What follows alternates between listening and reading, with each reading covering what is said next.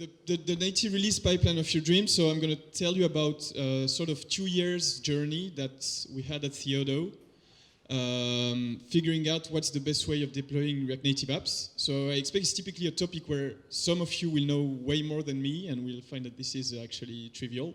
And some others will not even know that it's possible to do it. So yeah, it's like something that might interest people differently. So we are Theodo. We build web and mobile apps for our clients, which are either small startups or very big companies. And basically we try to either build MVPs with them or upscale their teams.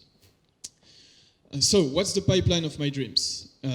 So it's a CI setup that builds, tests, and deploys for me without me having to do anything. So on Git push or Git tag, whatever. And also handle code push from me. So basically there is no manual steps. It doesn't need me to handle code signing in any way. Even when there is like a certificate update or whatever, I do not have to re-upload something to the CI server or distribute it to the developers. It uses the same tools locally and on the CI server. That's quite an important one. So I want to be able to debug and set up my CI, most of the tools of my CI locally so that I can iterate quickly and then deploy it to the CI instead of having completely different scripts that run on one and the other. It allows me to share secret files and keys easily and securely within the team without having to like WhatsApp them or send them through email or whatever. It's fast, so indeed, obviously, it caches dependencies. So when I do several yarn install in a row, it reuses the previous yarn install to build quickly so that I don't have to wait 20 minutes for my branch to pass. And more importantly, so this is the more important point, it handles all the environment-specific moving parts automatically to remove as much as possible human errors. So like setting the correct version of the app, setting the correct app name per environment, the correct Firebase key, the correct sentry, whatever, making sure, like human errors, making sure that I'm not deploying the wrong branch to production or the wrong version of the code, etc., etc. So it's like I do git push and I stop thinking. I move on to the next ticket. So just out of curiosity in the audience, who thinks they have this in the React Native app? Okay, cool. So there might be some insights in here for you. So just a very quick walk through AppCenter before I start digging into things. I just want you to understand that when I talk about AppCenter, there is really different parts of it, and I find personally that some of them are very, very useful, and some of them are not that good. So let's dig in. Let's go into one app and see. So AppCenter mainly has the builds feature, which is a CI server, similar to CircleCi, for example. Test, only advanced people do this. I don't know how it works, but it's like testing on devices. And then it has the distribute feature, which is whatever the way you built before, so it could have been AppCenter build or CircleCi or whatever. Once the build is done, you put your app somewhere to be able to download it. And so you can perfectly build with CircleCi or locally, and then upload your IPA on the distribute here. So in my view, AppCenter distribute is great, while AppCenter build is not great. So this talk is not about saying AppCenter is wrong, it's about saying some features of it are useful, some of them are not state-of-the-art yet. So distribute also has code push, which is obviously super useful.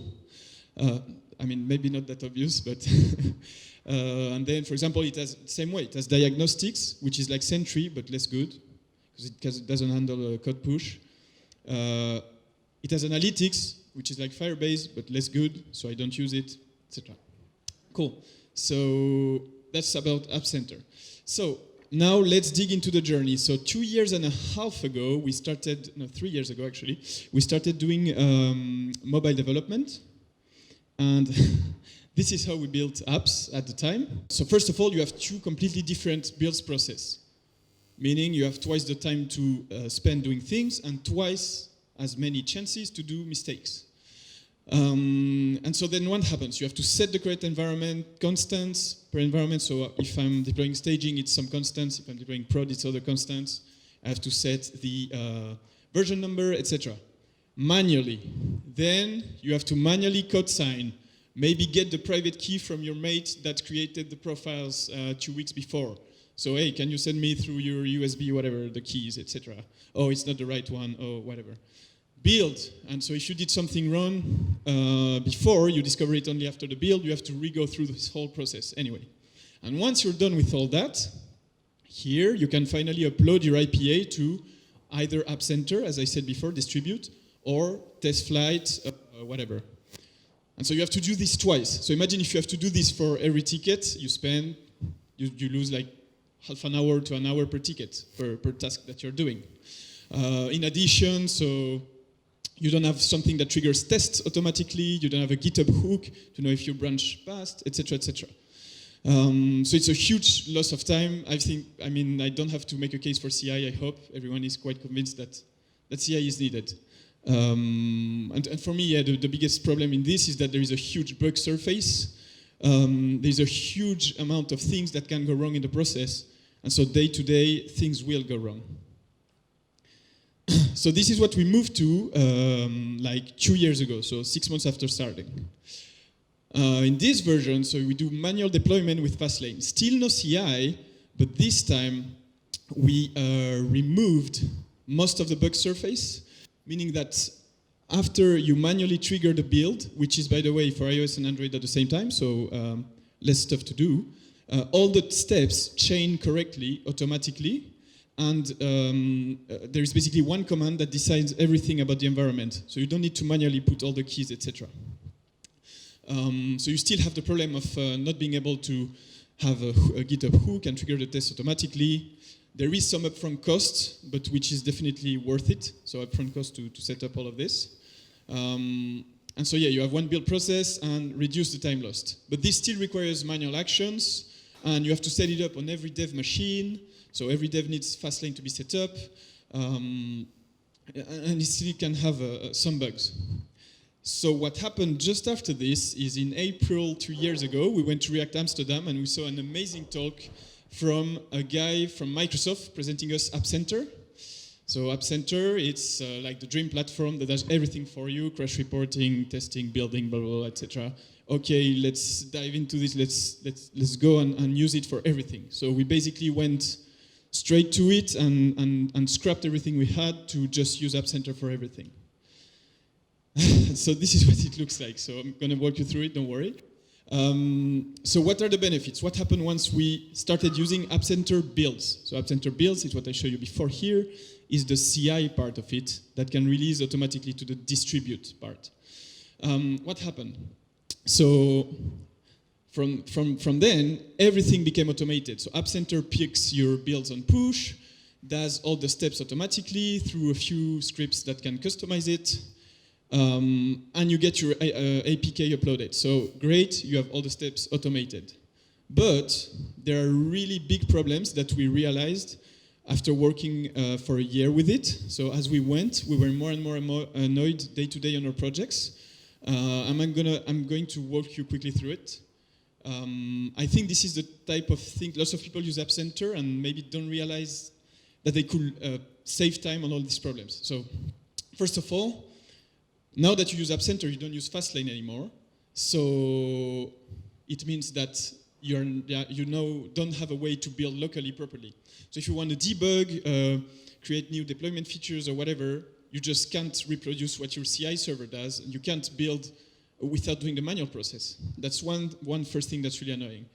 Your tooling is different. One big problem with AppCenter is that the dependencies are not cached, which adds like 4 minutes to each of your builds compared to a proper CI server. So what happens during those 4 minutes? You start being distracted with something and you can start the next task and whatever, and then you just lost 15 minutes. And then, like if your branch passes in 1 minute, you're like, okay, cool, next task, let's move on. It's like friction in the development process. There is no way to skip builds. So imagine, for example, in our workflow, when a branch is not master or production, which is supposed to get deployed to the end customer or for test, we just skip the build after the test pass, so that the branch can pass in 1 minute and you can have a green tick on GitHub. Well, in AppCenter, it's not possible to skip the build. I think I saw people do it with an API call where they basically call their own AppCenter machine and cancel it. They do something weird like that. I mean, that's not great.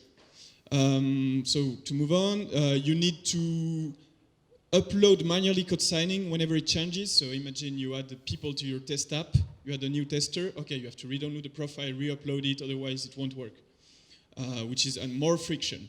The scripts are quite annoying to write because they are shell scripts and they are in like 3 different places.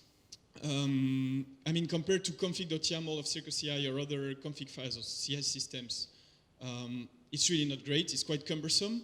And the worst is that you cannot SSH into the AppCenter machines. So you write your script, you upload it, and then you're, okay, is it going to work? You wait for 10 minutes. Oh, it fails. Okay, this weird shell syntax that I didn't get right because I never write shell. Okay, I'm going to try again. Boom, upload again. And like you spend hours and hours trying to do this thing. The problem with AppCenter is that they don't let you run the steps you want. They force you into some steps. So the test step, the build step, etc. will be done their way. They don't let you customize it as much as you want. It's slow as a GitHub hook, and it has some random fails as well. So it's like, for us at Made, we used it for like 4 or 5 months. Since every branch needed 15 to 20 minutes to pass, we were just ignoring the GitHub hook. So it was useless. So this is where we were. So it's a cumbersome setup, hard to debug, slow, and hard to customize. And so this is the final setup that we have now. Is a combination of deploying with a combination of Fastlane and CircleCi. So first of all, Fastlane working locally like before. We even integrated CodePush in it. So we literally like have one command, which is yarn deploy, which does everything for us. And then what's nice is that since this is a sort of black box, you can just take it and put it in your CircleCi build script. And AppCenter doesn't let you use Fastlane for that.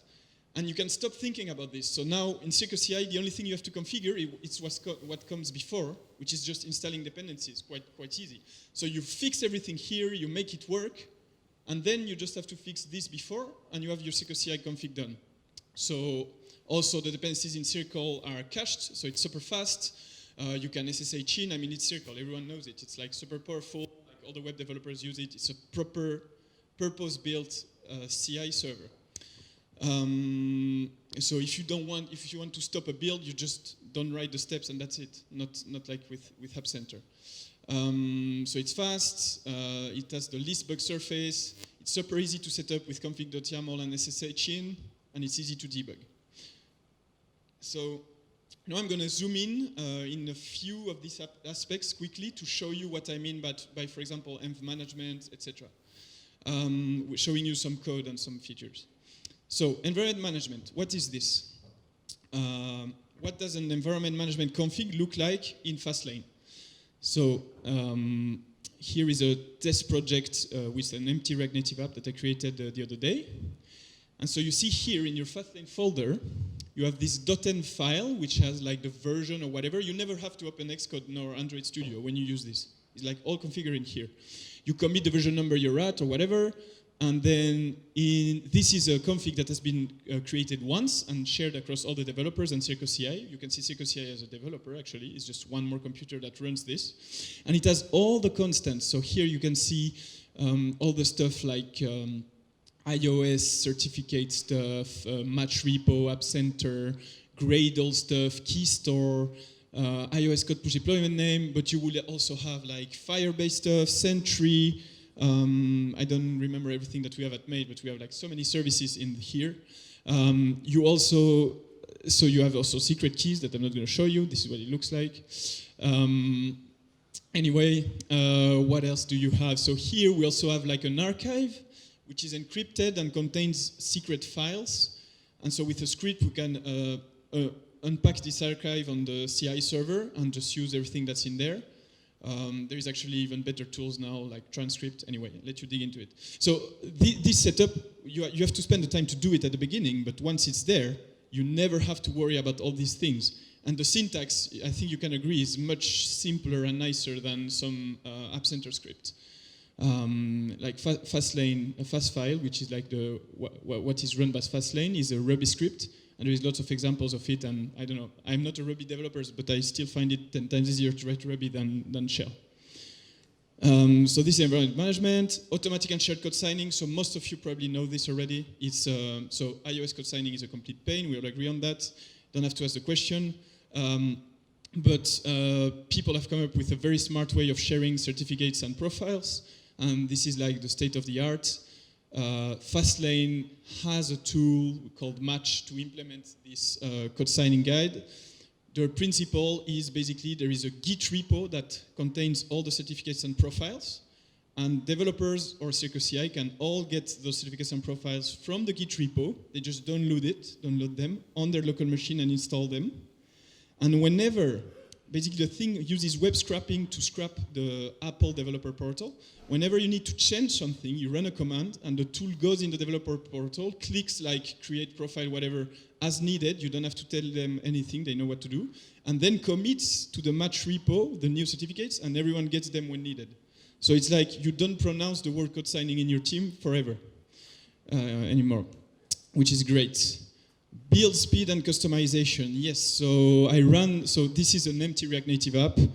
I sort of, I don't know, j'ai triché. Who can help me? I cheated, yeah. It's an empty React Native app, meaning that the tests are super fast to run, right? But look, this is a branch that doesn't deploy to iOS and Android. It just runs, basically builds the JS code and runs Jest. It takes 36 seconds to pass. On AppCenter, it was taking at least 4 or 5 minutes just to install the dependencies before you can start testing. Like you gotta see this. And for another branch, master, which is supposed to deploy to Android and iOS, this is what happens. So it ran Node for 2 minutes 26 because Node code pushes on this branch, only on this branch, once the tests have passed. So 2 minutes instead of 30 seconds. And then it built iOS as fast as it could, so still 7 minutes for an empty React Native app. iOS is really, really long to do. And Android, like 2 minutes. So basically with this deploy flow, you push your branch, 2 minutes 30 after you have your code deployed to your test app or in production, and like 2 minutes later, you have it either on AppCenter or in your Play Store, test flight, etc. So it's really a good performance. Let's dig in quickly into the steps. So Node, what does it do? You see, like it's not like the AppCenter build machine where you see all this text, and when you refresh, sometimes it's white and it says waiting for the build machine for 10 minutes. No, it's like Circle. You have all the steps here. Deploy with CodePush, for example. Let's see how much time did the dependency take. Yarn install, 0 seconds. Restoring the cache from Yarn, 2 seconds to restore dependency. Woo! Compared to 4 minutes AppCenter, yeah. So it's great. It's great. iOS, for example, set Ruby version, Yarn install, yes, restoring cache, and then boom, like the 6 minutes build process, it's all there. If you want to debug it anytime, you go here, rerun with SSH, and then you can SSH into the machine and understand what went wrong. Cool, so we've dug into the most interesting stuff. Okay, yeah, so SSH in, same tools locally, I already explained. So now what? You're gonna say, okay, you gave us a super high level overview. What should I do now? Like investigate for 1 month or 2 how I'm going to set up all of this? Well, no. So we are an agency, meaning that we do a lot of projects, and meaning that we don't want to have to set this up for every different project that we do. Therefore, we've made a generator, which is open source, and allows you to set this up in like around 1 hour. So in 1 hour, you can create your production environment, staging environment, have them deployed to AppCenter, test flight, etc. Plus have them on CircleCi. So if you prefer using Bitrise or your own Jenkins, that's not a problem, but at least with the Circle script, you have an example of what it should look like. It's all custom to your app, etc. Sorry for this. We're going to finish in yellow, it's fine. And so it's open source, has a few stars. So we've been developing this with our sister company, which does only mobile in France for a while. And yeah. What's nice is that it will ensure that you don't do any mistakes in the process and that you get state-of-the-art setup, like it will always get updated. So yeah, don't hesitate to get feedback. But now you're going to ask me like, okay, but what if something goes wrong while I'm setting it up? Well, we've also written a blog article which explains you how to go through all the steps of this generator and explains you what each of the values that should enter are. So let's have a look at what it looks like quickly. So the promise is under 1 hour. I'd be very happy if some of you did it and didn't manage to do it under 1 hour to give me feedback about it. The problem is with these things, if one little step goes wrong, suddenly you can lose 2 hours. So I'm really like not super 100% confident, but I think it's possible. I know people who have done it under 1 hour. So you have the steps here, and then it explains you. So you see, like they ask you for this here, you should enter this, that, whatever, press enter. It's really a step-by-step modus operandi. So it doesn't explain you why you're doing everything that you're doing, but the promise is that at the end of running it, you will have a working setup. And then you can spend the following weeks understanding how it works, etc., etc. So here, this thing, for example, creates the certificates. Here, sets up CodePush for you. And that's it. So, and at the end, there's also a CircleCi generator that just creates the script for you.